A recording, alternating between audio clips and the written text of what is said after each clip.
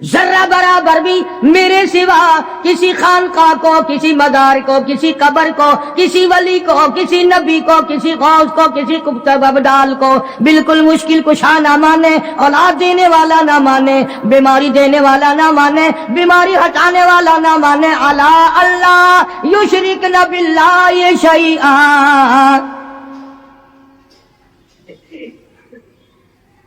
ایک اللہ کی ذات۔ کتابوں میں حدیث دجال بڑی لمبی ساری آتی ہے، وہ مشہور ہے حدیث دجال کے نام سے، یعنی دجال کے بارے میں حضور کریم صلی اللہ علیہ وسلم نے تفصیل سے بیان فرمایا۔ اس لیے عرض کر رہا ہوں، کئی لوگ کہہ دیتے ہیں جی میں نوکری کے لیے پریشان تھا، فلانی قبر پہ جا کے میں نے سجدہ کیا، میری پریشانی دور ہو گئی، فلانی جگہ جا کر کے میں نے نظر نیاز چڑھائی، میری فلاں تکلیف دور ہو گئی۔ اللہ کے پاک پیغمبر حضرت محمد الرسول اللہ صلی اللہ علیہ وسلم نے فرمایا دجال کے پاس جنت بھی ہوگی، دوزخ بھی ہوگی، اور وہ کہے گا مجھے خدا مانو، اور جو نہیں خدا مانیں گے ہزارہا کو نہیں لاکھوں مسلمانوں کو قتل کر دے گا۔ حدیث میں آتا ہے کہ ایک آدمی سامنے آئے گا، دجال اس کو کہے گا مجھے خدا تسلیم کر، وہ انکار کرے گا، دجال حکم دے گا کہ سر کے اوپر سے پیروں تک اس کو بیچ سے چیر دو۔ چنانچہ حدیث کا ترجمہ کر رہا ہوں، یہ ناک ہے نا، یہ ناک بھی حضور نے اپنے ناک پر انگلی رکھتے ہوئے فرمایا کہ اس مسلمان کے ناک کے بھی 2 ٹکڑے ہو جائیں گے اور اسے چیر دیا جائے گا، اور دجال اسے پھر زندہ کر لے گا، دجال اسے پھر زندہ کر لے گا، اور زندہ کر کے کہے گا زندہ کرنا مارنا خدا کی صفت ہے، اب تو مان جا میں نے دونوں کام کر کے دکھا دیے، اب تو مان جا تجھے میں نے مارا بھی، قتل بھی کرا دیا، کر دیا اور زندہ بھی کر دیا، اب تو میرے خدا ہونے میں شک نہیں۔ اللہ اکبر۔ وہ نوجوان مسلمان کہے گا اگر تم مجھے 100 مرتبہ چیرے قتل کرے، 100 مرتبہ مجھے زندہ کرے، میں خدا تجھے ماننے کو تیار نہیں، اس لیے هو الذی یحیی و یمیت، یہ تو میرے اس قادر کریم کا کام ہے، تیرا کہاں ہو سکتا ہے۔ ہمارے نبی صلی اللہ علیہ وسلم نے ہمیں پہلے خبردار کیا تھا کہ دجال کانا آئے گا اور خدا بنے گا، اندازہ لگاؤ اس کے ماتھے پہ لکھا ہوا ہوگا آدھا کافر، اور حدیث کے الفاظ میں یہاں تک آتا ہے کہ کوئی جھوپڑی پوری دنیا کی، کوئی مکان، کوئی پہاڑ، کوئی بستی، کوئی ملک ایسا نہ ہوگا جہاں دجال پہنچ نہ جائے گا، پوری دنیا کا چکر لگائے گا، صرف مکے پاک اور مدینے پاک میں داخل نہیں ہو سکے گا، وہاں فرشتے پہرا دیں گے، فرشتوں کا پہرا ہوگا مکے پاک اور مدینے پاک میں، پوری دنیا میں چلے پھرے گا، اتنا قتل عام کرے گا، اتنا قتل عام کرے گا کہ دنیا حیران ہو جائے گی۔ یوں آتا حدیث پاک میں کہ تنگی اتنی ہوگی، کئی کئی دن کی بھوک ہوگی، حلوہ دکھائے گا، اگر مجھے خدا مانتے ہو تو یہ حلوہ کھاؤ، تیار ہے۔ اس لیے ہمارے نبی پاک صلی اللہ علیہ وسلم نے پہلے ہی فرما دیا کہ لالچ کے پیچھے کھانے والے بھی نہ بنو، کہیں ایسا نہ ہو ہمارے وقت میں ہی وہ ٹائم آ جائے اور کھانے پہ ایمان کہیں چھوڑے بیٹھے ہوں۔ تو مدنی کریم صلی اللہ تعالی علیہ وسلم کو حکم ملا پروردگار عالم کی طرف سے، لا الہ اللہ یشرکن باللہ شیئا، اور میرے محبوب کریم صلی اللہ علیہ وسلم تیرا رحمت والا ہاتھ نہ اٹھے، آپ کا رحمت والا ہاتھ نہ اٹھے، ان کو بیعت کرنے کا ارادہ نہ کرو جب تک یہ وعدہ پورا نہ کریں۔ یہ وعدہ لو ان سے کہ یہ کسی قسم کا شرک نہ کریں گی، کبھی قبروں پہ جا کر منتیں نہیں مانیں گی، کسی کے بت کے آگے، کسی درخت کے آگے سر نہیں جھکائیں گی۔ پہلی شرط تو یہ ہوگی، قرآن ہے یہ، ترجمے میں جا کے دیکھ لینا، 28ویں سپارے کا 8واں رکوع ہے، سورہ ممتحنہ کی آخری آیات ہیں۔ فرمایا ولا یسرقنا، دوسری شرط یہ لینا ان عورتوں سے یہ لو کہ یہ چوری نہ کریں، یہ چوری نہیں کریں گی، پہلی یہ شرط لو۔ دیکھا قرآن کریم کا انداز، قرآن نے اس بات کو منع کر دیا کہ ادھر مرید بنو اور ادھر چلے جاؤ، سال میں پیر آئے گا نذرانے دیتے رہنا، نماز پڑھو یا نہ پڑھو، روزے رکھو یا نہ رکھو، زکات دو یا نہ دو، قرآن کی تلاوت کرو یا نہ کرو، بس وہ تمہارا پیر ہے، تم اس کے مرید ہو۔ قرآن نے ان چیزوں کی وضاحت کر دی۔ فرمایا دوسری شرط یہ وعدہ لو ولا یسرقنا، عورتوں سے وعدہ لو یہ چوری نہ کریں گی۔ اب قرآن کا انداز سمجھو، میں آپ کو سمجھاتا ہوں۔ کیوں بھئی؟ عموماً چوری ڈاکہ مرد کرتے ہیں، عورتیں نہیں کرتی چوری، لیکن اللہ کا قرآن کہہ رہا ہے کہ نبی کو حکم ملا عورتوں کے بارے میں، ولا یسرقنا، ان سے وعدہ لو یہ چوری نہ کریں گی۔ وجہ کیا ہے؟ مرد اونٹ کی چوری کرے گا، گھوڑے کی چوری کرے گا، گائے کی چوری کرے گا، بھینس بکری کی چوری کرے گا، سونے چاندی کی چوری کرے گا، پیسوں کی چوری کرے گا، اور دھن دولت کی چوری کرے گا۔ اونٹ چوری ہو گیا اور مل سکتا ہے، گھوڑا چوری ہو گیا اور مل سکتا ہے، سونا چاندی چوری ہو گیا اور مل سکتا ہے۔ اللہ پاک نے قرآن میں اس لیے حکم دیا، عورت کی آنکھ نے اگر چوری کر لی تو روپے کے بدلے میں تیری آبرو واپس نہیں آ سکتی۔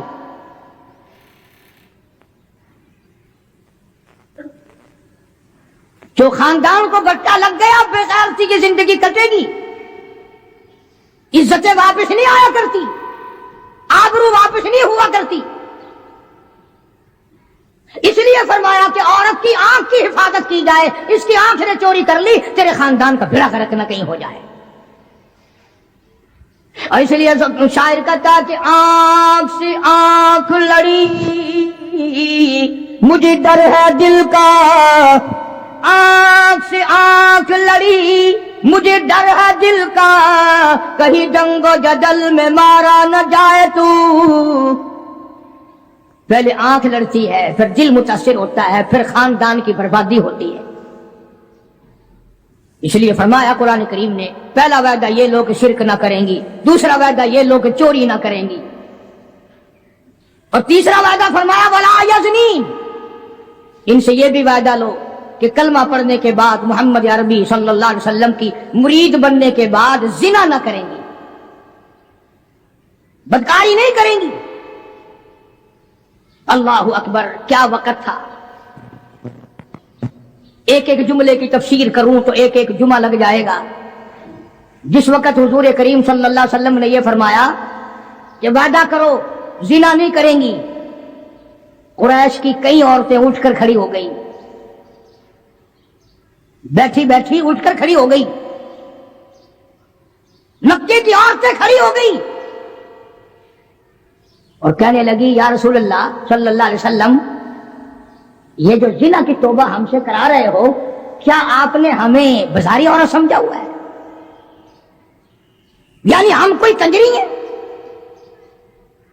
ہم کوئی مارکیٹ میں بیٹھنے والی عورت ہیں؟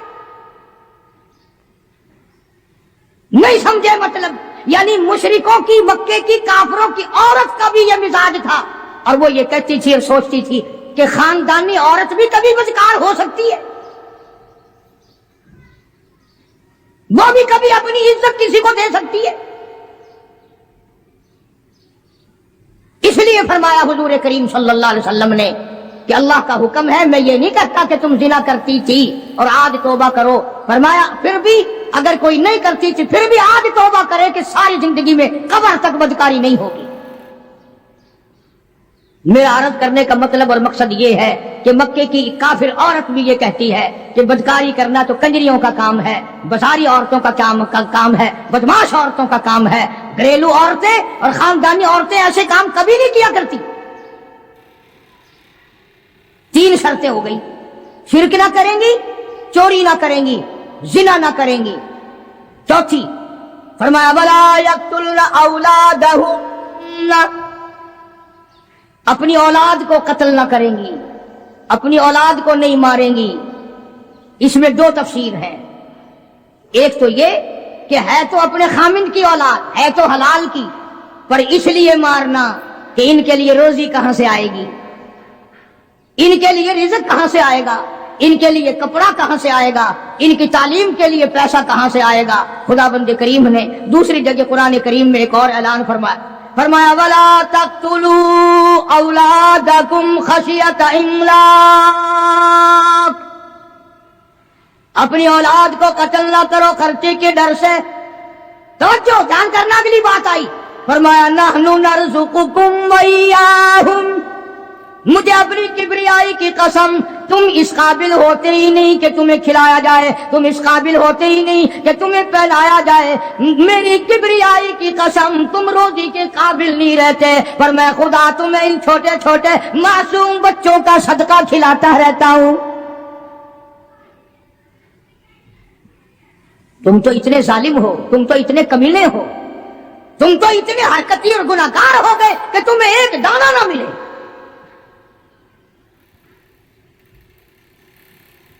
قرآن نے وضاحت کر دی. کبھی کوئی عورت کوئی مرد یہ نہ سوچے کہ یار درجنوں بچے ہو گئے، کیسے ہوگا، کیسے کریں گے، کیا کریں گے، اور جس نے پیدا کیا وہ تجھ سے زیادہ فکر والا ہے. اگر روزیوں پہ اولاد ہوتی، بڑی بڑی کوٹھیوں والے، بڑے بڑے مربوں والے سارے پاکستان کے پیر بھی پوج لیے، سارے پاکستان کے تعویذ بھی لے لیے، بچہ آج تک بچہ کی شکل نہیں دیکھی. کاریں ہیں، موٹریں ہیں، کوٹھیاں ہیں، بنگلے ہیں، دولت ہے، بیگم ہے اور صاحب ہے، دونوں بیگم اور صاحب سارا دن کوٹھی کو ٹکر مارتے ہیں، کوئی کوٹھی میں نہ ہنسنے والا نہ رونے والا. فرمایا ولا یقتلن اولادہن، اپنی اولاد کو قتل نہ کرو گی. اور دوسری تفسیر نعوذ باللہ یہ ہے کہ کوئی حرام کی وجہ سے اگر بچہ پیدا ہو گیا اس کو نہ مارو گی، اس لیے کہ قتل کا گناہ ٹھہرے گا. قرآن کریم کی اسی آیت کے نیچے معارف القرآن میں مفتی شفیع صاحب رحمۃ اللہ علیہ نے اور بزرگوں نے بڑی تصریح لکھی ہے کہ حمل گرانے والا بھی قتل کرنے میں شامل ہے. قیامت کے دن قاتلوں کی صف میں کھڑا ہوگا. آج پیسے لے کر کے اپنے عیب کو چھپانا. فرمایا ولا یقتلن اولادہن ولا یأتین ببہتان یفترینہ بین ایدیہن وارجلہن.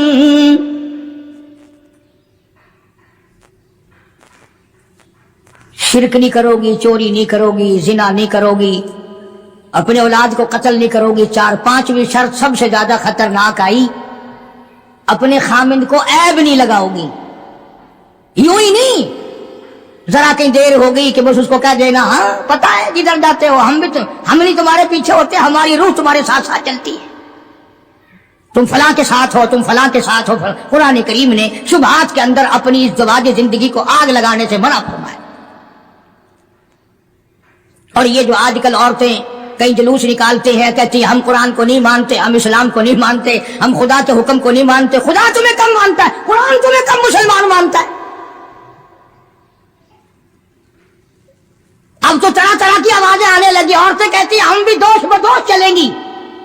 یعنی دوش بدوش کا لوگ آدھے لوگ تو پڑھے لکھے بھی مطلب نہیں سمجھتے، کندھے سے کندھا ملا کے چلیں گی. کارخانے جاؤ گے تو ہم ساتھ ساتھ چلیں گی، کالج میں پڑھنے جاؤ گے ہم بھی چلیں گے، دفتر میں کام کرنے جاؤ گے تو ہم بھی ساتھ چلیں گے. بلکہ ایک عورت نے تو یہاں تک کہا کہ جو حقوق مرد کے ہیں وہی عورت کے ہیں. اور یہ لفظ کہے کہ اسلام ظلم کرتا ہے. ایک مرد کو 4 عورتیں کرنے کا اختیار ہے، ایک عورت کو 4 مرد رکھنے کا بھی اختیار ہونا چاہیے نا. ذہنیت دیکھو آپ. اچھا مرد شادی کر کے عورت کو اپنے گھر میں لاتا ہے، 4 مرد، اس کے پاس مکان تو اپنا ہونا نہیں، باپ بھائی دے کیوں، یہ 4 مردوں کو سر پہ اٹھائے پھرے گی، کہاں لے جایا کرے گی؟ یہ ساری کی ساری مغربی طرز کی جتنی عورتیں ہیں پہلے سے اسلام کی دشمن ہیں، قرآن کی دشمن ہیں، بڑے بڑے گھرانوں کے انہوں نے بیڑے غرق کیے ہوئے. فرمایا ولا یأتین ببہتان یفترینہ بین ایدیہن وارجلہن. عورت کو اجازت نہیں، یعنی نبی پاک صلی اللہ علیہ وسلم کو حکم ملا ہے کہ ان عورتوں سے آپ یہ بھی وعدہ لیں کہ اپنے خامند کو، گھر والے کو، اپنے پے کو شبوں کی نگاہ سے نہیں دیکھیں گے. یوں ہی خام خواہ شک کر لینا. تم آدھی نوکری گھر میں نہیں دیتے ہو، تم نے کہیں اور آنکھ لڑا رکھی ہے،